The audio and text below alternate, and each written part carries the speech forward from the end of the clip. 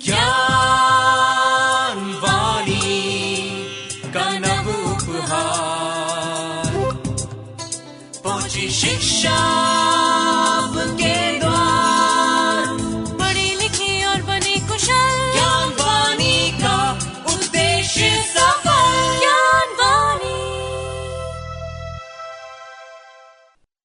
नमस्कार, साप्ताहिक ज्ञान पत्रिका के नवीन अंक में आप सभी का स्वागत है। मैं हूं आपके साथ अशोक शर्मा। आज की कड़ी में हम आपके लिए लेकर उपस्थित हैं शिक्षा, करियर, रोजगार और इतिहास से जुड़ी जानकारियों के अलावा इग्नू से जुड़ी शिक्षा जगत की तमाम जानकारियां। कार्यक्रम शुरू करने से पहले आइए आपको बताएं मुख्य जानकारियां। इंदिरा गांधी राष्ट्रीय मुक्त विश्वविद्यालय में जून 2025 टर्म एंड एग्जामिनेशन के लिए असाइनमेंट जमा करने की तिथि बढ़ाई। इग्नू जल्द ही जारी करेगा जून 2025 टर्म एंड एग्जामिनेशन के लिए एडमिट कार्ड। इग्नू में डॉक्टर भीमराव अंबेडकर की 135वीं जयंती के अवसर पर हुआ विशेष आयोजन। जानेंगे इग्नू के school of tourism and hospitality services management के course bachelor of tourism and travel management course के बारे में। करियर सेगमेंट में आज जानेंगे कैसे बनाएं क्रिएटिव राइटिंग के क्षेत्र में अपना करियर। बताएंगे आपको कहां कहां है रोजगार की संभावनाएं और बीता सप्ताह इतिहास में क्यों रहा खास। और कार्यक्रम के अंत में श्रोता सुनेंगे क्यों मनाया जाता है वर्ल्ड ल्यूपस डे। और अब ये सभी जानकारियां विस्तार से। इंदिरा गांधी राष्ट्रीय मुक्त विश्वविद्यालय यानी इग्नू ने ऑनलाइन और मुक्त एवं दूरस्थ शिक्षा यानी ओडीएल कार्यक्रमों के लिए जून टर्म एंड परीक्षा 2025 के लिए असाइनमेंट जमा करने की अंतिम तिथि 31 मई 2025 तक बढ़ा दी है। अभ्यर्थी अपने अध्ययन केंद्र या क्षेत्रीय केंद्र में असाइनमेंट जमा कर सकते हैं, जो क्षेत्रीय केंद्र द्वारा जारी दिशा निर्देशों के अनुसार होना चाहिए। असाइनमेंट पर अपनी संपर्क जानकारी जैसे कार्यक्रम कोड, पाठ्यक्रम कोड, नामांकन संख्या, ईमेल और फोन नंबर्स का उल्लेख करना अनिवार्य है। यदि छात्र अध्ययन केंद्र पर नहीं जा सकते हैं तो वे गूगल फॉर्म और ईमेल पते के माध्यम से ऑनलाइन मोड का उपयोग कर सकते हैं। अधिक जानकारी के लिए इग्नू के वेबसाइट लॉगिन करें। वेबसाइट है www.ignu.ac.in। इग्नू जल्द ही जून 2025 टर्म एंड एग्जामिनेशन के लिए एडमिट कार्ड अपनी आधिकारिक वेबसाइट ignu.ac.in पर जारी करेगा। ग्रेजुएशन, पोस्ट ग्रेजुएशन, डिप्लोमा या सर्टिफिकेट कोर्स में नामांकित छात्र अपना 10 अंकों का नामांकन नंबर और कोर्स चुनकर हॉल टिकट डाउनलोड कर सकते हैं। जून 2025 की परीक्षाएं जून के पहले सप्ताह से शुरू होकर पूरे महीने तक आयोजित की जाएंगी। परीक्षा केंद्र में हॉल टिकट ले जाना अनिवार्य है। साथ ही एक मान्य फोटो पहचान पत्र भी रखना होगा। विश्वविद्यालय हॉल टिकट ईमेल या डाक द्वारा नहीं भेजेगा, इसलिए केवल ऑनलाइन ही डाउनलोड किया जा सकता है। परीक्षा हॉल के अंदर मोबाइल फोन और इलेक्ट्रॉनिक गैजेट्स सख्त वर्जित हैं। छात्रों को प्रोजेक्ट सबमिशन या प्रैक्टिकल परीक्षाओं सहित भविष्य के संदर्भ के लिए हॉल टिकट को सुनिश्चित रखना चाहिए। अधिक जानकारी के लिए इग्नू के वेबसाइट लॉगिन करें। वेबसाइट है www.ignu.ac.in। 6 मई 2025 के दिन इंदिरा गांधी राष्ट्रीय मुक्त विश्वविद्यालय के बाबा साहब भीमराव अंबेडकर सभागार में भारत रत्न डॉक्टर भीमराव अंबेडकर की 135वीं जयंती के अवसर पर एक विशेष कार्यक्रम का आयोजन किया गया। इस कार्यक्रम में विशेष व्याख्यान के साथ इग्नू कैंपस में हुई विभिन्न प्रतियोगिताओं के लिए पुरस्कार प्रदान किए गए। इस अवसर पर मुख्य अतिथि के रूप में उपस्थित रहे केंद्रीय मंत्री खाद्य प्रसंस्करण उद्योग श्री चिराग पासवान, जिन्होंने increasing relevance of doctor Ambedkar's legacy in 21st century विषय पर अपना व्याख्यान दिया और युवा पीढ़ी को शिक्षा के प्रति प्रोत्साहित और उनके विकास के लिए प्रेरित किया।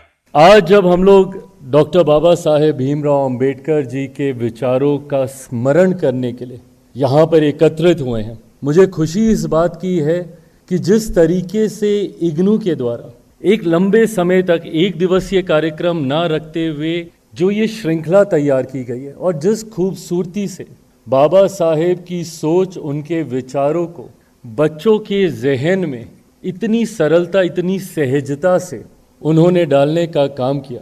पेंटिंग के माध्यम से, स्लोगन्स के माध्यम से, अलग अलग नुक्कड़ नाटक के माध्यम से, इन तमाम अलग अलग कार्यक्रमों के माध्यम से।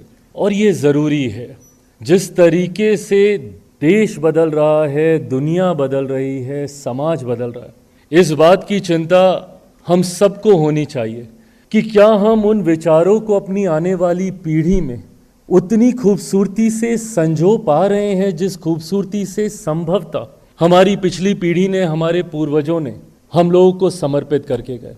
इस कार्यक्रम की अध्यक्षता इग्नू की कुलपति प्रोफेसर उमा कांजीलाल ने की।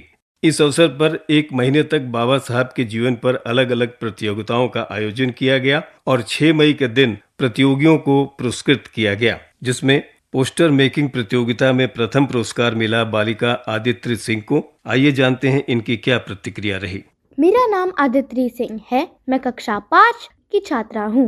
डॉक्टर BR अम्बेडकर जी की जयंती पर इग्नू ने बहुत सारे कार्यक्रम रखे थे। उनमें से एक पोस्टर कंपटीशन भी था। पोस्टर कंपटीशन में मैंने भी हिस्सा लिया था। मुझे हिस्सा लेके बहुत अच्छा लगा। उस दौरान मैंने डॉक्टर BR अम्बेडकर जी के बारे में बहुत कुछ जाना। उनका कहना था कि एजुकेशन एक देश के विकास के लिए बहुत जरूरी होता है। स्लोगन राइटिंग प्रतियोगिता में प्रथम पुरस्कार मिला कार्तिकेय भास्कर को। आइए जानते हैं इनकी क्या प्रतिक्रिया रही। मेरा नाम कार्तिकेय भास्कर है। मैंने इग्नू में डॉक्टर BR अम्बेडकर की 135वीं जयंती के समारोह में उत्साह पूर्वक भाग लिया। मैंने चित्रकला प्रतियोगिता, नारा प्रतियोगिता और नुक्कड़ नाटक जैसी कई गतिविधियों में भाग लिया। मैं डॉक्टर अम्बेडकर के जीवन और शिक्षाओं से बहुत कुछ सीखा। मुझे नारा प्रतियोगिता में प्रथम पुरस्कार मिला। इंदिरा गांधी राष्ट्रीय मुक्त विश्वविद्यालय में विभिन्न स्कूलों द्वारा कई कार्यक्रमों का संचालन किया जाता है जो अलग अलग विषयों से संबंधित होते हैं। ऐसा ही एक कार्यक्रम है bachelor of tourism and travel management, जिसमें एडमिशन लेकर शिक्षार्थी अपना भविष्य बना सकते हैं। इस कार्यक्रम के बारे में अधिक जानकारी दे रहे हैं इग्नू के school of tourism and hospitality service management से डॉक्टर अरविंद कुमार दुबे। प्रोग्राम है स्कूल ऑफ टूरिज्म का जो bachelor of tourism and travel management है, जिसका कोड BFTTM है, जो 4 ईयर अंडर ग्रेजुएट प्रोग्राम के तहत है। जो इसकी एलिजिबिलिटी है वह 12th पास है।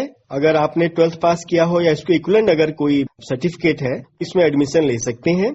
यह प्रोग्राम हमारा ODL मोड में है। ODL के अंदर यह इंग्लिश माध्यम में भी है और हिंदी माध्यम में भी है। साथ ही साथ यह प्रोग्राम जो है ऑनलाइन मोड में भी है, लेकिन ऑनलाइन के अंदर केवल इंग्लिश माध्यम में है। यह प्रोग्राम हम इसलिए करें, ट्रैवल एजेंसी के अंदर बहुत अच्छे चांसेस हैं, होटल इंडस्ट्री के अंदर इसके बहुत अच्छे चांसेस हैं। जैसे होटल के अंदर आप जानते हैं स्टार कैटेगरीज होटल्स हैं, हेरिटेज होटल्स हैं, रेस्टोरेंट्स हैं, रिजॉर्ट्स हैं, हर एक की 20 कैटेगरीज है। उन सभी में जॉब की अपॉर्चुनिटीज मिलती है। गवर्नमेंट के अंदर भी इस जॉब्स की कोई कमी नहीं, क्योंकि हर स्टेट का अपना एक डिपार्टमेंट है ट्रैवल एंड टूरिज्म का, उस समय समय पे एडवर्टीजमेंट निकालता है। तो यहाँ चांसेस की कोई कमी नहीं है, केवल इतनी रिक्वायरमेंट है कि आप एक फॉर्मल एजुकेशन करें जो ट्रैवल एंड टूरिज्म से रिलेटेड हो। इसलिए इग्नू के school of tourism and hospital services management में ये bachelor of tourism and travel management program को डेवलप किया है।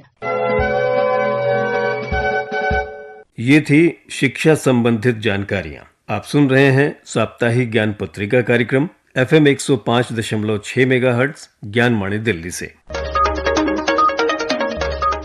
और आइए दोस्तों, अब आपको बता दें करियर सेगमेंट के तहत कैसे बनाया जा सकता है क्रिएटिव राइटिंग में अपना करियर। दोस्तों, ऐसे बहुत से लोग होते हैं जिन्हें लिखना बहुत पसंद होता है। लेखन की कई विधाएं हैं, इन्हीं में से एक है क्रिएटिव राइटिंग। लेखन के क्षेत्र की यह विधा बेहद कलात्मक है। इस क्षेत्र से जुड़े लोग वास्तव में रचनात्मक लेखक हैं, जिन्हें लोग उपन्यासकार, कवि, गीतकार आदि विभिन्न नामों से जानते हैं। क्रिएटिव राइटर्स के पास लेखन में जादुई शक्ति होती है और अपने काम के माध्यम से वे पाठकों को प्रभावित कर सकते हैं, उन्हें परेशान, घृणित, मंत्रमुग्ध या खुश भी कर सकते हैं। लेखन बनाना एक लंबी प्रक्रिया है जिसमें बहुत अधिक शोध और कड़ी मेहनत की आवश्यकता होती है। अगर आप भी लेखन में अपनी रुचि रखते हैं तो इस क्षेत्र में अपने कदम बढ़ा सकते हैं।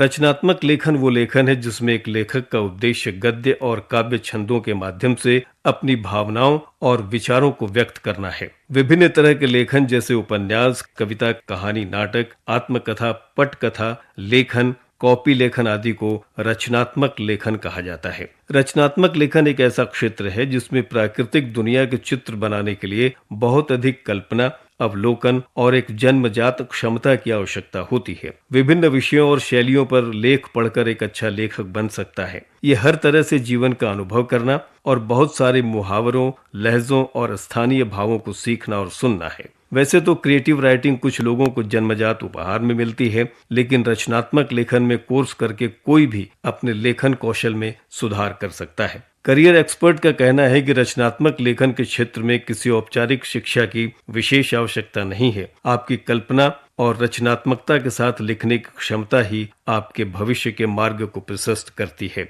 हालांकि अंग्रेजी साहित्य, पत्रकारिता और संचार में एक शैक्षिक पृष्ठभूमि आपके करियर की राह को आसान बनाती है। वैसे भारत में कुछ संस्थान रचनात्मक लेखन में शॉर्ट टर्म कोर्स कराते हैं और इन पाठ्यक्रम में आवेदन करने के लिए न्यूनतम शैक्षणिक योग्यता हायर सेकेंडरी या 10+2 होनी चाहिए। इन पाठ्यक्रमों की न्यूनतम अवधि 1 वर्ष है।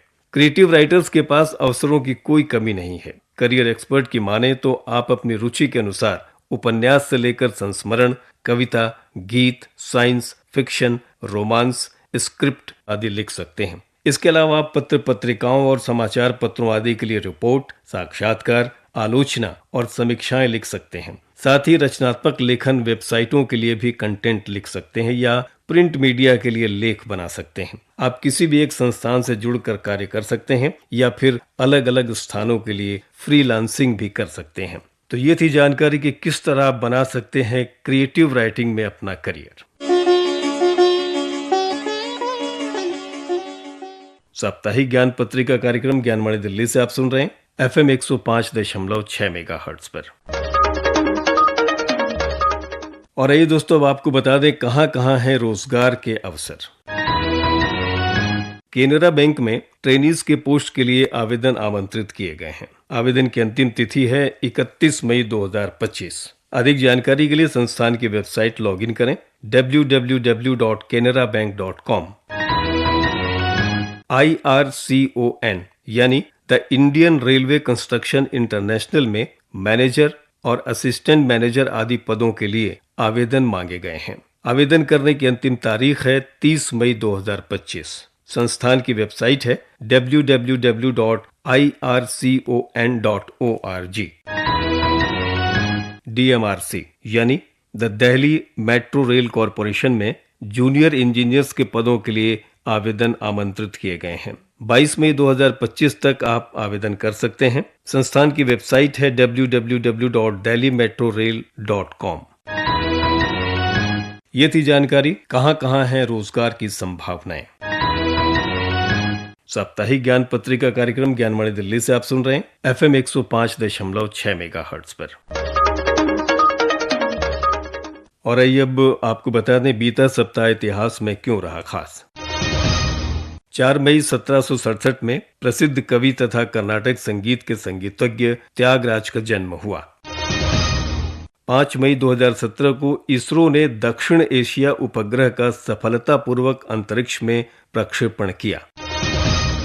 6 मई 1840 को दुनिया की पहली गोंद लगी डाक टिकट, जिसे पेनी ब्लैक स्टैंप भी कहा जाता है, उपयोग किया गया। 7 मई 1907 को बंबई में बिजली द्वारा संचालित पहली ट्राम कार चलाई गई। 8 मई को हर वर्ष अंतर्राष्ट्रीय रेड क्रॉस दिवस मनाया जाता है। इस दिन को मनाने की शुरुआत वर्ष 1948 को हुई। 9 मई 1874 को पहली बार घोड़े से खींची जाने वाली ट्राम कार की शुरुआत हुई। और 10 मई 1857 में भारत का प्रथम स्वतंत्रता संग्राम शुरू हुआ था। ये थी जानकारी बीता सप्ताह इतिहास में क्यों रहा खास। साप्ताहिक ज्ञान पत्रिका कार्यक्रम ज्ञानवाणी दिल्ली से आप सुन रहे हैं FM 105.6 मेगाहर्ट्ज पर। और आइए अब आपको बता दें क्यों मनाया जाता है वर्ल्ड ल्यूपस डे।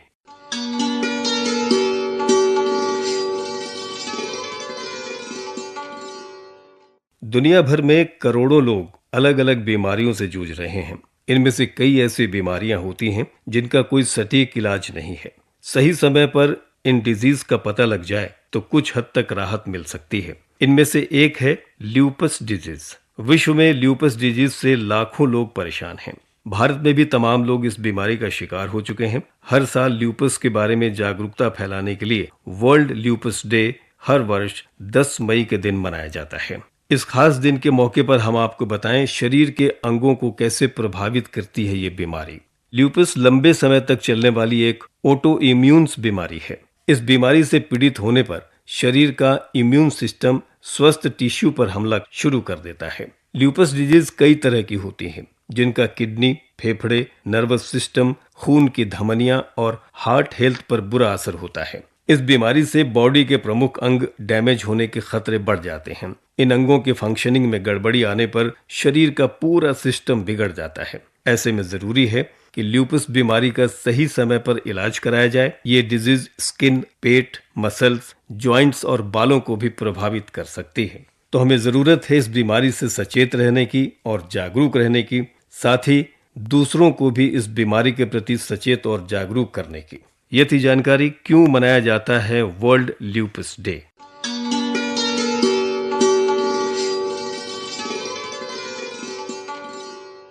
अभी श्रोता सुन रहे थे कार्यक्रम साप्ताहिक ज्ञान पत्रिका।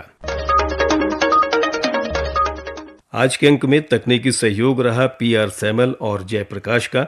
संपादन किया सदन लाल ने। वाचन एवं आलेख अशोक शर्मा का। और कार्यक्रम के प्रस्तुतकर्ता थे कमल कुमार। अब अपने दोस्त अशोक शर्मा को अनुमति दीजिए। नमस्कार। ज्ञान वाणी का नव उपहार, पहुंची शिक्षा के